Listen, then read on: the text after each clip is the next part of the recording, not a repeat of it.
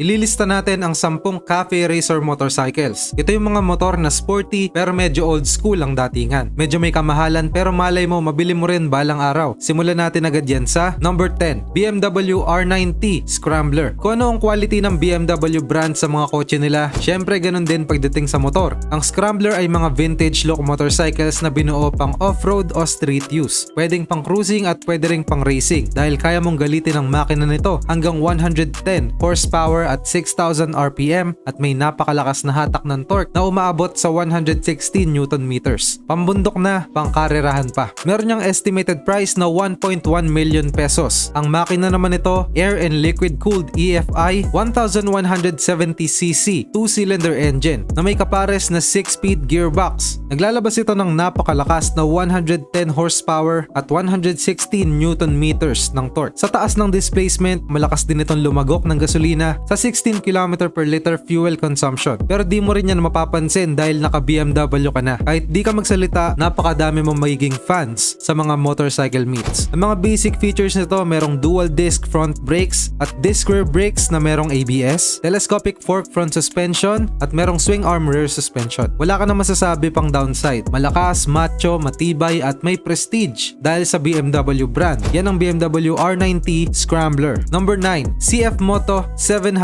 CLX Heritage. Ang sabi nila, yung X daw sa CLX ay unknown o infinite possibilities na hindi mo pa na-explore. Ang ibig sabihin sa marketing ng CF Moto ay kaya kang dalhin ang motor na to sa mga adventure at lugar na hindi mo pa na-explore. Di mo man alam kung saan ka pupunta, di mo man alam kung anong panganib ang meron sa hinaharap, kayang-kaya kang itawid ng CLX. Meron itong estimated price na 369,800 pesos. Sobrang ganda ng design sa gold-plated accents nito. Sobrang lakas ng power sa liquid-cooled DOHC 693cc 2-cylinder parallel twin engine at kaya nito maglabas ng 73.75 horsepower at 68 Newton meters ng torque. Mabilis na, pang-akyatan pa. Kapares yan ng 6-speed slipper clutch transmission at merong 13 liters worth of fuel na sobrang sulit na para sa long drive. Fuel consumption, 25 km per liter. Meron itong sobrang daming features. Available to sa dalawang kulay, twilight blue at coal gray. Para sa akin bagay na bagay itsura niya para sa performance. Meron dual sport tires para sa classic inspired look at yung X design cues makikita mo sa palibot nitong buong body ng bike na ito. Isa ito sa mga pinaka-unique na design ng motor na lumabas sa CF Moto Factory. Merong round LED headlight, LED tail lamp na naka-integrate ang X design element na napakagandang tignan. Para sa convenience naman, meron kang USB charging port para habang nagdadrive pwede ka mag-charge. Meron ding ABS at multiple riding modes na merong sport at eco modes at meron din itong cruise control for added enhanced convenience kung magku-cruise ka sa expressway. Merong ignition protection na i-start lang yung bike mo kapag nasa neutral ka at marami pang mga luxury features na sa ganitong price point ay sulit na sulit na. Pansinin sa daan dahil sa retro vibes na may modern technology at taillight pa lang ay makikilala mo na agad itong CF Moto CLX Heritage. Number 8, Ducati Scrambler Icon. Isa na namang Scrambler type itong Ducati Scrambler Icon. All-around, all-terrain vehicle ito. May hint ng vintage styling at pwede mong isabak sa kahit anong klase ng daan. Dahil sa magandang suspension, pwede mong ihagod sa off-road tracks, sa lubak at matatarik na bundok. Pwede mo rin naman dalhin pang cruise sa expressway at napaka-powerful din ng makina. Ang downside lang sa napakalakas na makina ay napakalakas sa gas. Anyway, sulit na sulit naman. At ano pa bang hahanapin mo? Dahil naka Ducati big bike ka na.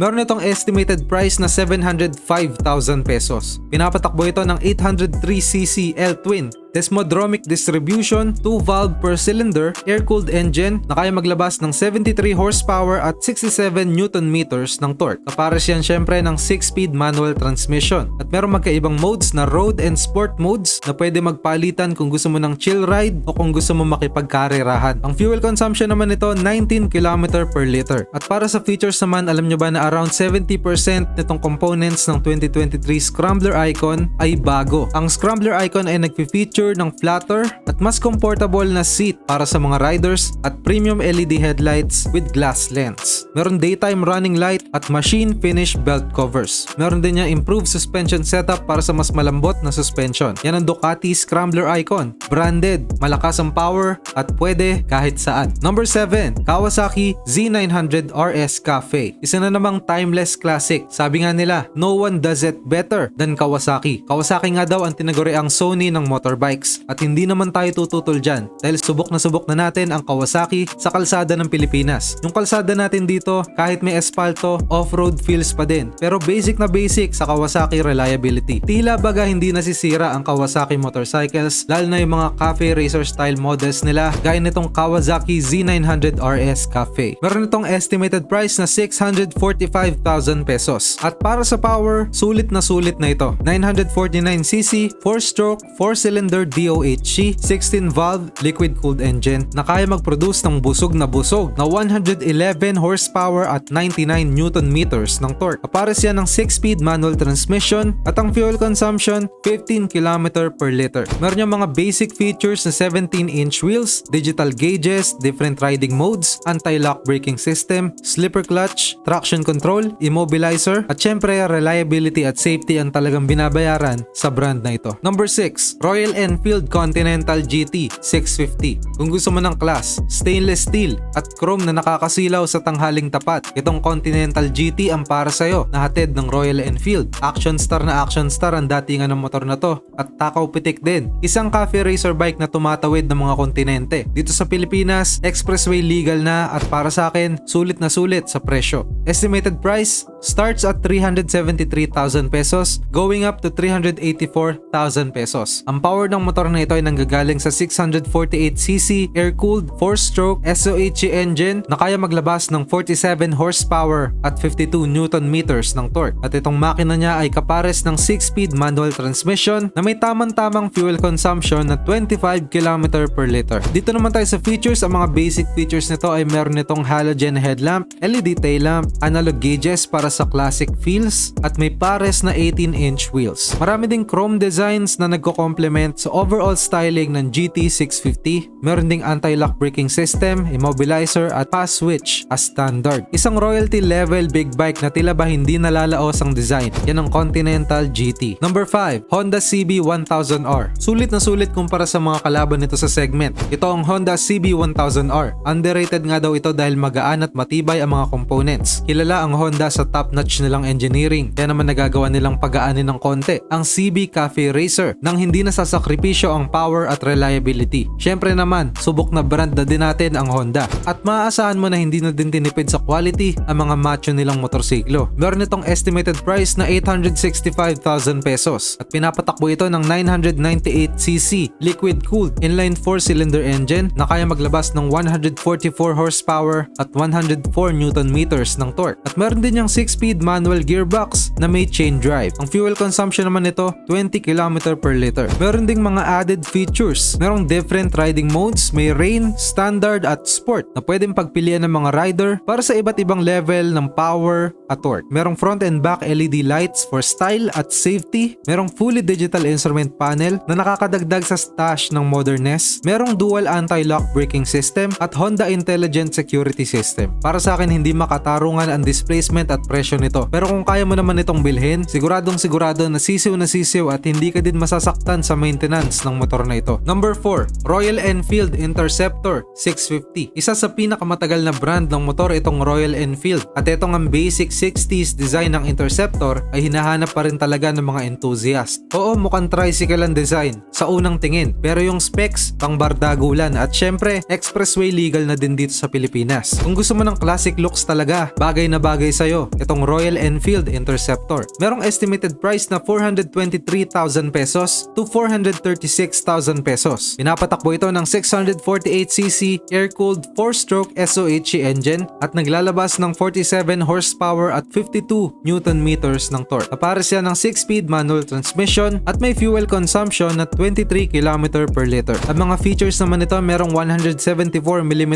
ground clearance for added confidence kapag ka dumadaan ka sa lubak o sa mga humps. Standard features meron yung halogen headlamp, LED tail lamp at analog gauges. Merong magkapares na 18-inch wheels na kino-complement ang overall classic styling ng bike na ito. May anti-lock braking system, immobilizer at pass switch. May style na hindi naluluma at may machong tindig. Yan ang Royal Enfield Interceptor. Number 3, Triumph Bonneville T120. Personal favorite ko ang dark Batman theme design nitong Triumph Bonneville T120. Kung si Batman ay mamimili ng cafe racer big bike, baka ito ang isa sa mga option niya. May iconic silver, black, brown and chrome color color scheme at bruskong-brusko ang datingan. Isa pa palang fun fact, isang variant ng motor na ito ang ginamit sa Harry Potter at naging enchanted bike ni Sirius Black. Meron itong estimated price na 885,000 to 905,000 pesos. Pinapatakbo ito ng 1,200cc liquid-cooled 8-valve SOHC 270-degree crank angle parallel twin engine na kaya maglabas ng 80 horsepower at 105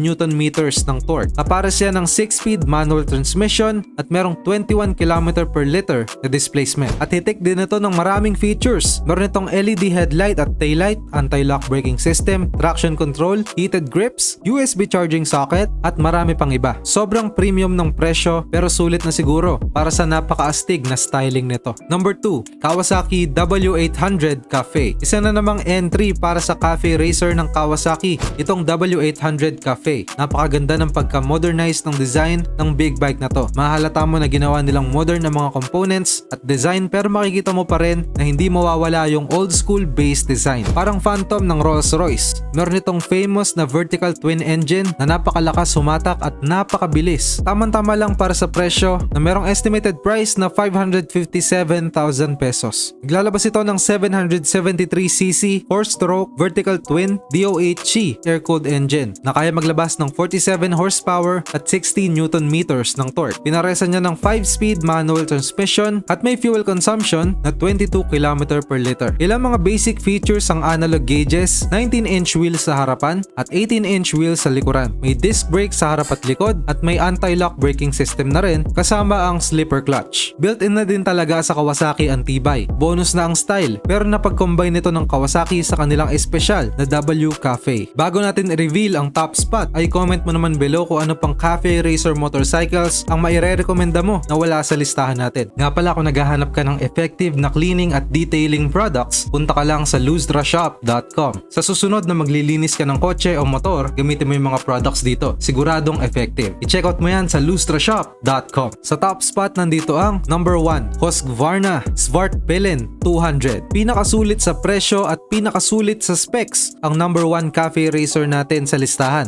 Walang iba kundi ang Husqvarna Svartpilen. Well, hindi man expressway legal at hindi man kasing lakas ng mga naunang classic inspired bikes. Ito naman yung pinakaabot kaya, pinakamalapit sa katotohanan kung papangarapin mong bilhin at hindi rin naman nalalayo ang styling sa mga mamahaling cafe racer bikes. Available ito dito sa Pilipinas at masasabi ko talaga na papalag na din yung design at quality kung ikukumpara mo sa mga premium motorcycles. Meron itong estimated price na 198,000 pesos at merong modern 199.5cc single cylinder engine na kaya maglabas ng 26 horsepower at 19.5 Newton meters ng torque para sa perfect urban riding experience. Nakapares ng 6-speed manual gearbox. At syempre merong napakatipid na 35 km per liter fuel consumption. Ang Svartpilen ay isang Swedish brand na isang entry-level motorcycle na kayang suungin ang aspalto at mga light trails. Yung mga component niya meron niyang hydraulic Vibre disc brake calipers, front and rear vented steel disc, merong front suspension at merong 43mm open cartridge forks. Meron din niyang progressive damping system na konektadong directly sa swing arm para sa napakalambot na suspension. Meron din niyang Bosch anti-lock braking system, immobilizer at pass switch. At inilagay din dito ang trellis frame katulad sa mga KTM motorcycles. Maangas na cafe racer bike na hindi masyadong premium ang presyo. Yan ang hatid sa'yo ng Husqvarna Svartpilen 200. Mag-like at subscribe na for more contents na katulad nito. Salamat sa panonood!